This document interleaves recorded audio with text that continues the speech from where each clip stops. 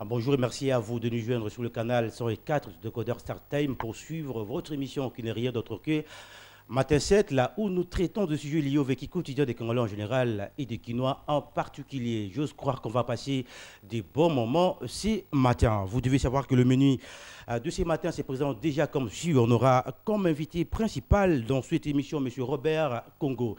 Il est journaliste, il vit à Paris, il est congolais.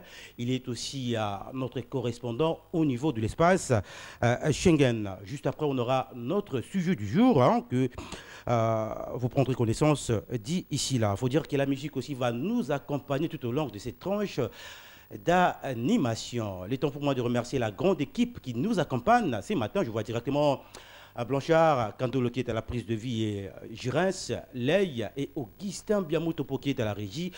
Toute la grande équipe est coordonnée par André Ndjeka, Onatetele, Kema Afumbe. Sans plus tarder, on va prendre la chanson de Kofi Olomide, Affaire d'État.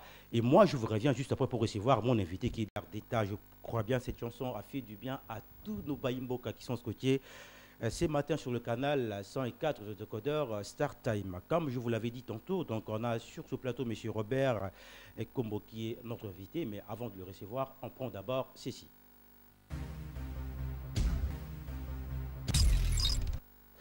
Bonjour M. Robert Congo. Bonjour. Comment vous allez?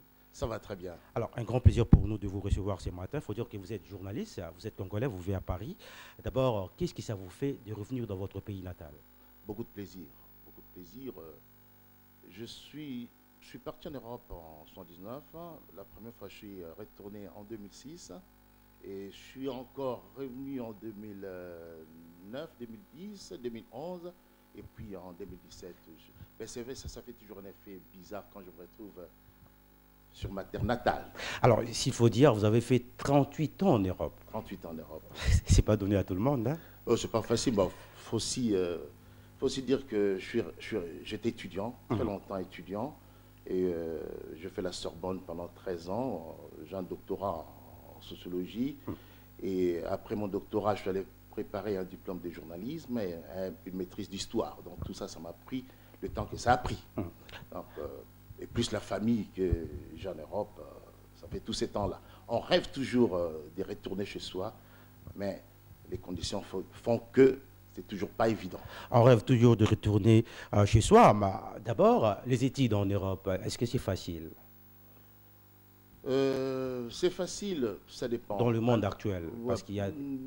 Non, c'est facile dans la mesure où on peut suivre ses études, parce que les études, on peut s'inscrire, payer ses droits pour suivre une formation. Mais le problème, il faut aussi avoir des moyens pour payer justement ses études. C'est ce que les gens doivent comprendre. C'est pas facile, parce qu'il faut s'acheter des bouquins, il faut faire des recherches. Et tout ça, ça demande de frais. Et on n'en a pas toujours, c'est pourquoi il faut aller travailler, faire ce qu'on appelle des jobs pour pouvoir financer ses études. Moi, j'en ai fait des jobs d'étudiant. J'en ai fait, c'est comme ça que je fais. C'est ce qui m'a permis de faire mes études. C'est ce qui m'a permis justement d'obtenir tous mes diplômes, grâce à cela. Est-ce que les jeunes d'aujourd'hui font aussi cet effort pour aussi avancer, pour se développer? Ce n'est plus la même génération. Et enfin, cela n'engage que moi. Les jeunes qui vont aujourd'hui en Europe n'ont plus cette ambition que nous avions à l'époque. Nous, quand nous sommes allés en Europe, nous sommes allés étudier. Nous sommes allés étudier. En vrai sens du mot. Voilà, nous sommes allés étudier. Mais aujourd'hui, je vais chercher la vie. Voilà, c'est ça la différence. Et quand ils arrivent là-bas, déjà, il faut commencer à avoir ces papiers qui donnent droit d'y résider, déjà. Et ça, c'est difficile. C'est pas évident. Qui n'est pas du tout facile à l'obtenir. Voilà, c'est pas facile à obtenir. Maintenant, surtout avec le problème d'immigration, c'est plus évident. Comme c'était à notre époque, c'était pas vraiment ça. Même si c'était toujours difficile. Moi j'étais étudiant. J'avais la carte de séjour étudiant jusqu'à avoir une carte de résident normal, comme tout le monde. Mais actuellement, pour avoir déjà ces papiers, il ne faut pas compter moins de 4-5 ans. Et faire 4-5 ans sans papier. Surtout que le blanc n'aime plus de noirs dans leur pays. Non, il ne faut pas exagérer, c'est pas qu'ils aiment plus de nous. Bon, il y a toujours ces problèmes de racisme, il y en a partout. Donc on va pas à baisser le débat jusqu'au niveau, voilà, le blanc n'aime pas les noirs, c'est trop facile. Non, c'est-à-dire, il faut travailler. C'est-à-dire il faut travailler, se faire respecter, c'est tout. Il faut travailler, se faire respecter, mais comme je l'avais dit tantôt, vous êtes journaliste. D'abord, en Europe, vous faites quel genre de mission? Voilà, alors je suis sur une radio française, la radio Vexin Val-de-Seine, je suis responsable rédactionnel et je fais des émissions d'actualité. Et je fais toutes les émissions sur l'actualité politique française déjà et internationale. Donc c'est moi qui dirige tout ça. Voilà, j'ai une équipe avec moi, une rédaction avec moi. Voilà, ça se passe très bien, très très bien. Alors, tant que journaliste et puis tant que Congolais, quelle lecture faites-vous de l'actualité sur le plan politique, économique de votre pays natal? Oui, le Congo actuellement, si on peut en parler, je pense que nous abordons une phase qui est difficile. Difficile par rapport à quoi? Par rapport à la situation. Il faut pas se leurrer. Au pays, ça ne marche pas comme il fallait. Pourquoi? Je n'en sais rien. Moi, je ne suis pas politicien. Je ne sais pas ce qui se passe. Ce n'est pas moi qui gouverne. Mais vous êtes journaliste, vous êtes un observateur de la société, vous observez et puis... J'observe. J'estime que le Congo devrait être gouverné autrement. Les Congos devaient être gouvernés autrement. Mais quel est votre rapport, la diaspora congolaise? Qu'est-ce que vous apportez au pays concrètement? Parce qu'on ne voit absolument rien. Vous revendiquez beaucoup, mais vous n'apportez rien. Par rapport à quoi, justement? Non, notre rapport, il est considérable. Il est considérable. Ça se sent aussi au niveau de la population? Sur le plan des finances, nous avons de la famille ici. Parce que tout le monde a de la famille au Congo. Et nous sommes très attachés à cette terre, le Congo. Nous sommes très attachés. C'est notre terre natale, c'est notre pays. On aime le Congo. Les Congolais de la diaspora aiment leur pays. Et c'est ce que les Congolais de la diaspora fait pour sa famille qui est ici. Ou c'est ce que les Congolais en général font pour leur pays ici. C'est énorme. Vous imaginez même pour le Western Union, le dernier chiffre, c'est 9 milliards de dollars que les Congolais ont transféré ici. C'est beaucoup. Voilà l'apport des Congolais. Et sur plusieurs plans, on peut parler justement de l'apport des Congolais. Les Congolais de la diaspora militent pour qu'il y ait un changement au pays, pour que les choses aillent mieux, pour que les conditions des Congolais s'améliorent à l'intérieur. Mais le phénomène combattant dérange presque tout le monde, surtout les artistes musiciens ou les politiciens. Et selon vous, pensez-vous que ces phénomènes apportent aussi quelque chose dans notre société? Ben, on parle des combattants, mais ils sont congolais. Mais ils ont le droit de revendiquer. Mais leur façon ils ont le droit de parler. Leur façon de faire, ça dérange beaucoup de gens. Mais non, leur façon de faire, c'est-à-dire quoi? Leur façon de faire, le fait de manifester dans la rue, à Kinshasa, on ne manifeste pas. Ils frappent aussi des gens deux fois. Mais non, il ne faut pas exagérer qu'ils frappent. On a vu ça avec des artistes musiciens, des politiciens. Ouais, ça, c'est un ou deux, trois cas. Oui, il ne faut pas non plus les provoquer. Il ne faut pas non plus les provoquer. Dire par exemple que moi, je vais leur prouver qu'ils ne me feront rien. Là ça c'est la provocation. Mais ce n'est pas des gens qui... nos autorités congolaises d'ici, ils vont là-bas. Récemment, il y avait le ministre des Affaires étrangères qui était là-bas. Est-ce qu'il a été tabassé? Non. Mais on l'a vu. Moi, je l'ai vu en Belgique. Je l'ai vu samedi en Belgique. J'étais avec des Congolais. Est-ce qu'on l'a tabassé? Non. Mais parlons un peu de la diaspora, toujours. Monsieur Robert Koko, est-ce que la diaspora congolaise est unie par rapport à d'autres diasporas? Non. Ça, ils le veulent comme ça. Ils le veulent comme ça. Ils ne veulent pas se mettre ensemble parce qu'on risque de les infiltrer. Ils sont tellement éparpillés partout. Ils sont en Belgique, à Londres, pardon, ils sont en Belgique, en Angleterre, en Allemagne, aux États-Unis, ils sont partout. Ils disent que on va rester comme ça. S'il y a des manifestations ou s'il y a des opérations à faire, on ira tous ensemble, mais jamais on se mettra ensemble parce qu'on risque d'être infiltré. Et c'est ça ce qu'ils... Mais on dit l'union fait la force. Bien sûr que... Mais le problème, c'est l'idéal. Ils ont tous le même idéal. L'idéal pour eux, c'est quoi? Rentrer au pays, contribuer au développement de leur pays, revendiquer leurs droits de loi. Tout à fait. C'est ça. C'est ça le souhait de tout le Congolais. C'est ça. Mais tout le monde est combattant. Vous n'êtes pas combattant, vous? En tant que journaliste, vous n'êtes pas combattant. C'est que vous faites. Bah, vous participez en quelque sorte pour l'amélioration des conditions de la société congolaise. Mais voilà, tout le monde est combattant. C'est d'abord des Congolais. Parce que quand on parle des combattants, les gens voient le sens péjoratif du terme. Ah, c'est des voyous. Non, ils ne sont pas voyous. Il ne faut pas exagérer. Non. Parce que c'est devenu comme une phénomène, comme je venais de le dire, parce qu'on voit des combattants gabonais, des combattants congolais d'en face, des combattants ivoiriens, on se plie. Mais oui, mais justement, Dieu merci, c'est toujours les Congolais de Kinshasa qui donnent l'impulsion. C'est eux qui commencent et puis les autres suivent. Mais c'est normal, s'ils trouvent que chez eux ça ne va pas, ils ont besoin de revendiquer. Il n'y a rien d'anormal dans ce qu'ils font. Il n'y a rien d'anormal. Mais on peut dire la crise qui frappe beaucoup de pays européens, ça a aussi des conséquences ici en Afrique. Ah bien sûr, ouais. Bien sûr. Parce que vous savez maintenant que l'Union européenne, moi je vais parler de l'Union européenne, ils ne participent plus vraiment comme ils participaient avant pour aider les pays par rapport au développement comme ils le font, parce qu'eux-mêmes ils sont vraiment en crise. Il y a une crise grave dans les pays européens. C'est plus comme avant. Mais c'est pourquoi même vous constaterez que l'Europe... ils tiennent justement à s'unir, à renforcer l'Union européenne, c'est ce qu'ils disent l'Europe, l'Union européenne. Parce qu'ils savent que si l'Union européenne, maintenant, avec le Brexit que vous avez suivi, ben, ça a été un coup dur pour l'Union européenne. Un coup très dur pour l'Union européenne. Et maintenant, pour pouvoir avoir des moyens, il faut se mettre ensemble. Et pour l'aide au développement, c'est encore ces problèmes-là, parce qu'ils n'ont plus des moyens comme ils avaient avant. Maintenant, il faut aller chercher ailleurs, ou peut-être... la Chine, on ne sait pas. Mais qu'est-ce qui fait que l'Afrique a beaucoup de richesses, mais les Africains n'arrivent pas à se développer, l'Afrique n'arrive pas à décoller? C'est dû à quoi? Manque de volonté politique, où les Africains eux-mêmes ne comprennent rien. Il y a tout un ensemble, L'Africain doit s'organiser, déjà à la base. L'Africain doit s'organiser et les Africains doivent s'unir. Et ça, je pense que ça, c'était le projet de Kadhafi à l'époque, créer les États-Unis d'Afrique pour pouvoir former un bloc économique fort. C'était aussi l'idée de Kwame Nkrumah, le Ghanéen. Hein? Voilà. Ça date de longtemps. Mais là, bon, vous savez, le colon ou l'homme blanc, l'occidental, cherche toujours à diviser ces gens pour qu'ils ne s'unissent pas. Mais l'Union africaine, qui est-ce qui finance l'Union africaine? C'est l'Union européenne.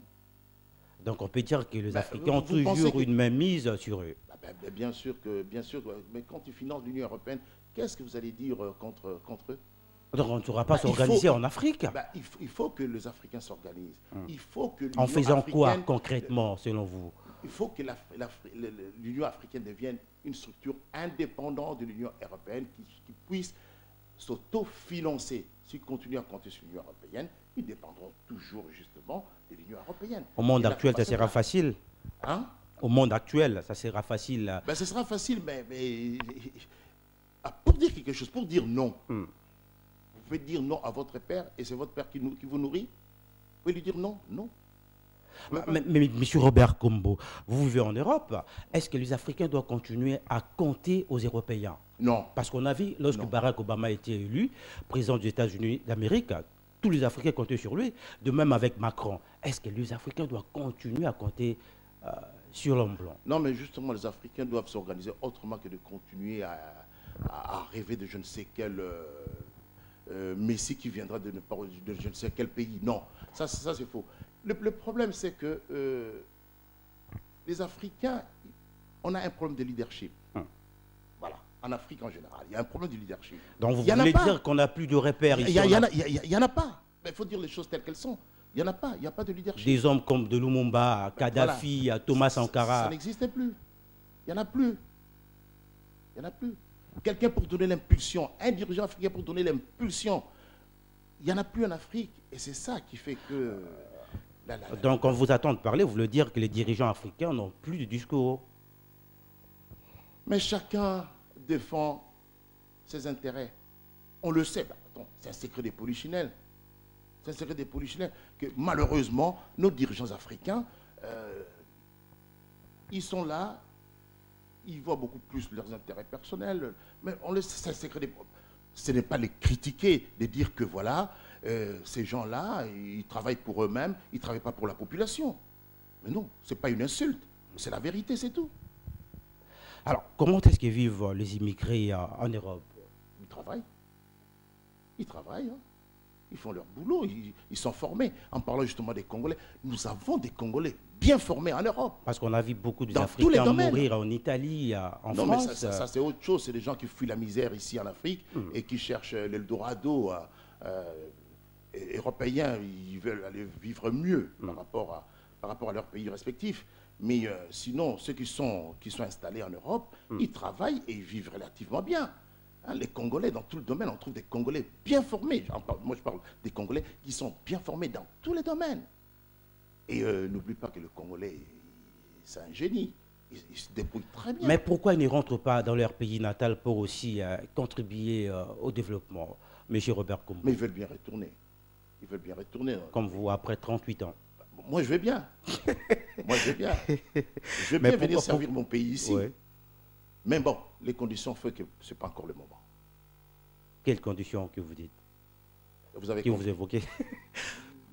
vous avez bien compris. Ah, vous attendez les élections, juste après les élections quand mais non, cette histoire des élections, les élections ne font pas un changement.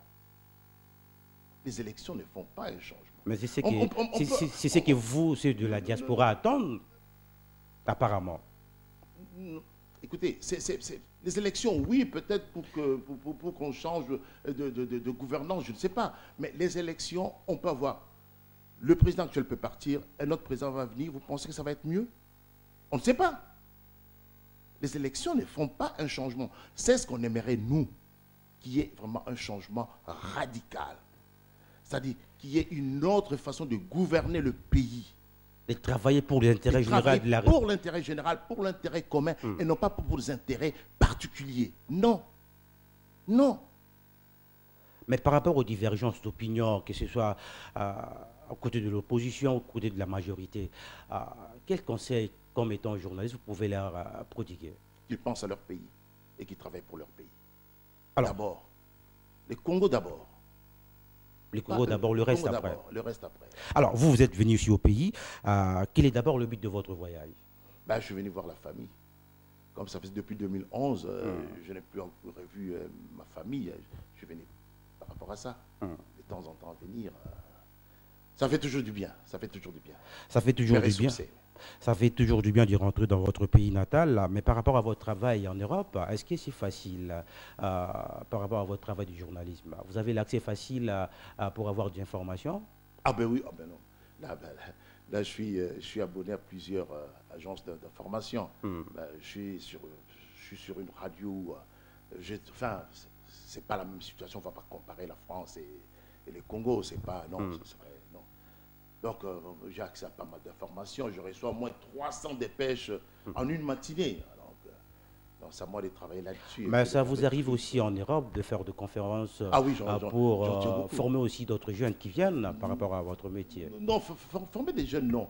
Mais des conférences sur la situation, par exemple en Afrique et dans le monde, oui. Ouais. Ça, je fais des conférences.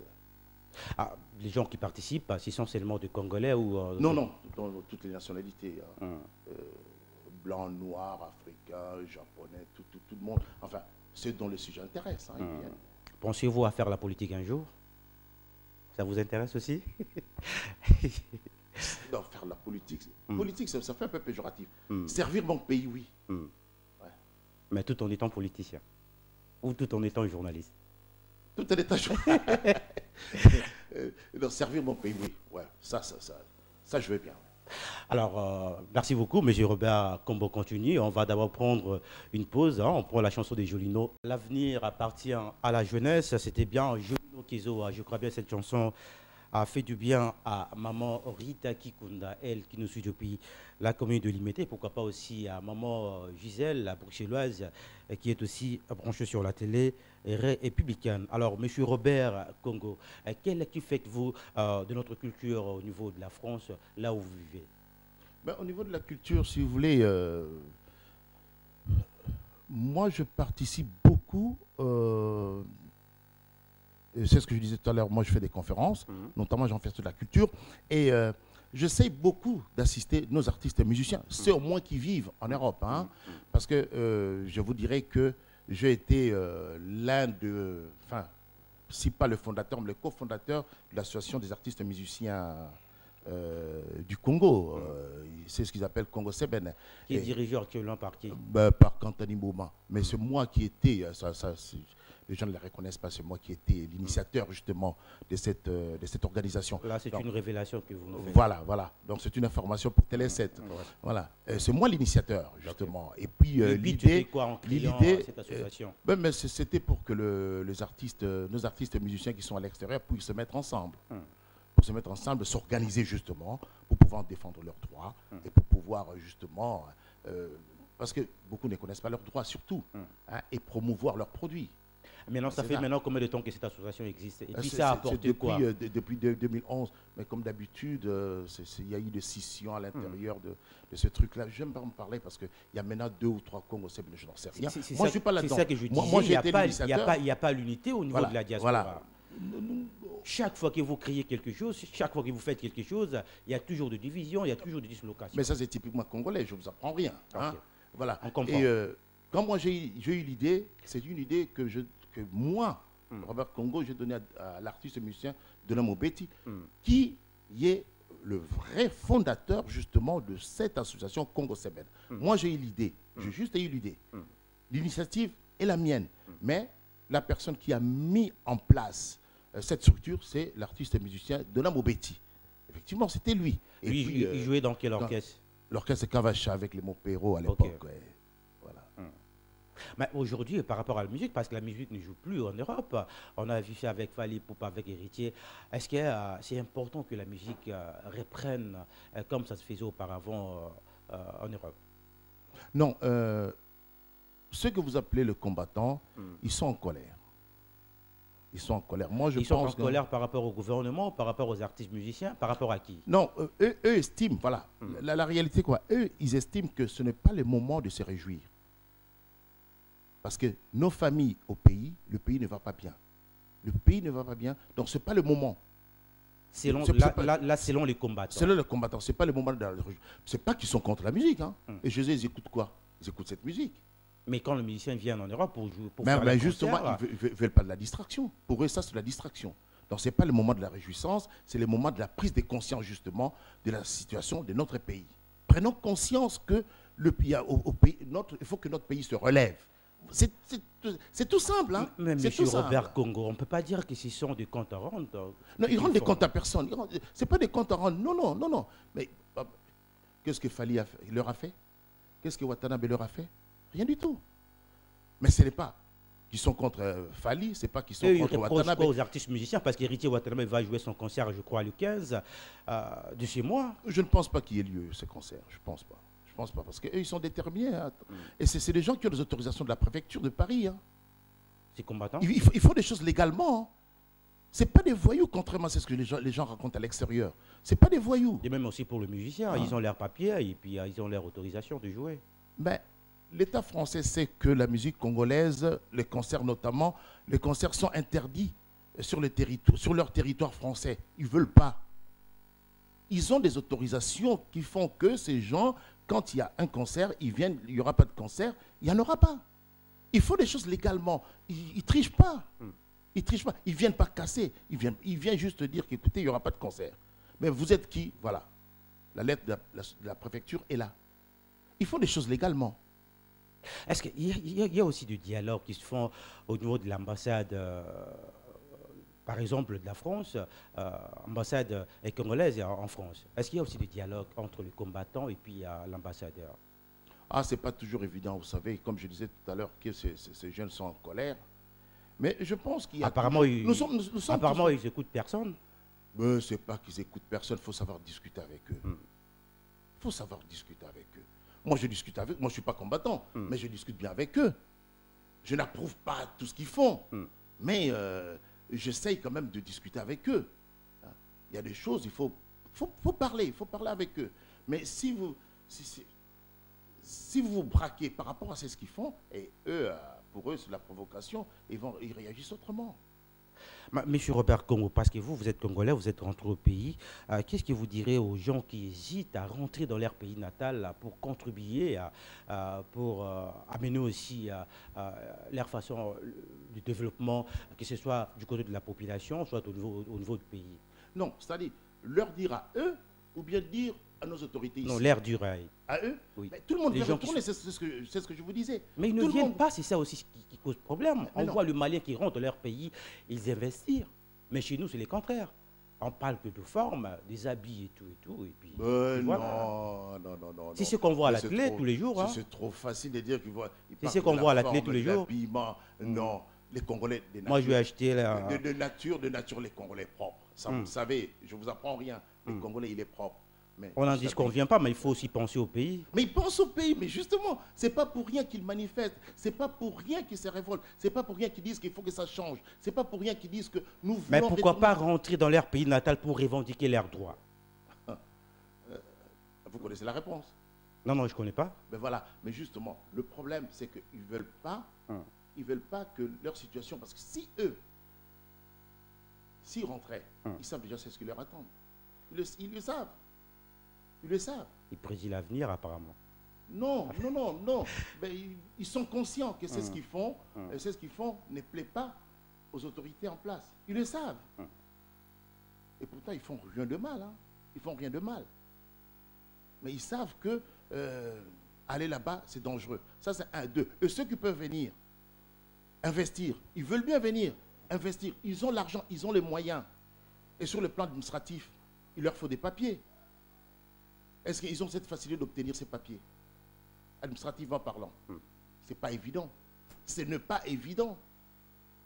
Mais j'en connais beaucoup, hein, qui sont venus ici et dire que je vais investir, je vais faire une blanchisserie, qui ont été cassés sur le plan administratif, je dis. Hein. C'est ça, il y a un blocage. Il faut débloquer tout ça. Il y a un blocage au niveau du gouvernement.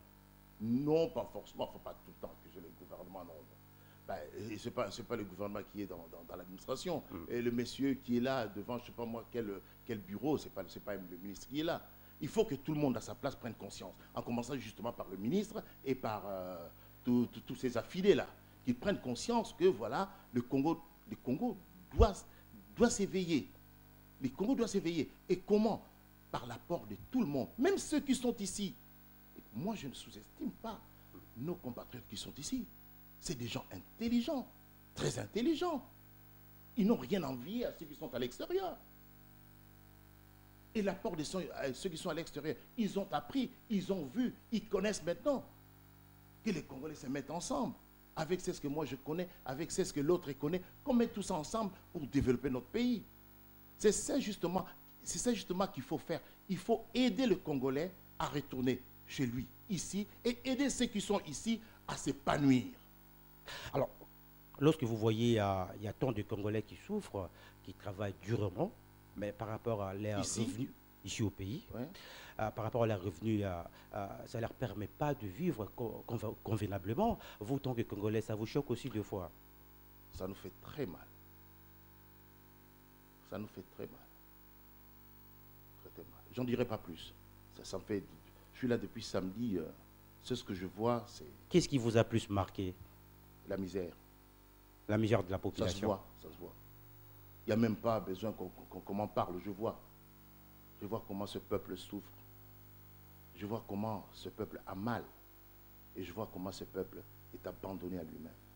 Et ça fait très mal. Alors, monsieur Robert Congo, qu'est-ce qui sera votre mot de la fin pour aujourd'hui par rapport à tous ceux qui sont en train de nous suivre de partout? Que leur direz-vous? Je leur dirais que ne perdons pas espoir. Le Congo s'en sortira. On sortira de là où nous sommes. Le Congo est dans le gouffre, c'est vrai, mais on s'en sortira. Qu'on ne perde surtout pas espoir. Nous avons une jeunesse dynamique qui est ici sur place au Congo et qui est à l'extérieur. Je pense que même nos enfants, ceux qui sont en Europe, parce que nous avons maintenant des enfants qui sont devenus majeurs, ils pensent à ces pays. Eux aussi veulent retourner, aller travailler dans le pays de leurs ancêtres. Parce qu'ici, c'est chez eux aussi. Ils le disent. Moi, je suis congolais. Mes enfants me disent, papa, moi, je suis congolais. Mais ils sont français. Mais papa, moi, je suis congolais. C'est-à-dire qu'il y a un espoir quelque part. Et la jeunesse, c'est à la jeunesse justement de se tenir debout, de bomber les torses, dire que je vais droit au but, il faut que je sorte mon pays de là où il se trouve aujourd'hui. Vos ambitions? Mes ambitions personnelles? Oui. Je pense l'avoir dit, de servir mon pays. Merci beaucoup, M. Robert Kombo. Je signale que vous êtes journaliste, vous vivez à Paris et vous êtes notre correspondant au niveau de l'espace Schengen. Merci beaucoup en tout cas. Merci beaucoup. Donc là, je pense qu'on est arrivé à la fin de cette première partie de cette émission. Donc on va se séparer avec cette chanson et puis je vous reviens juste après.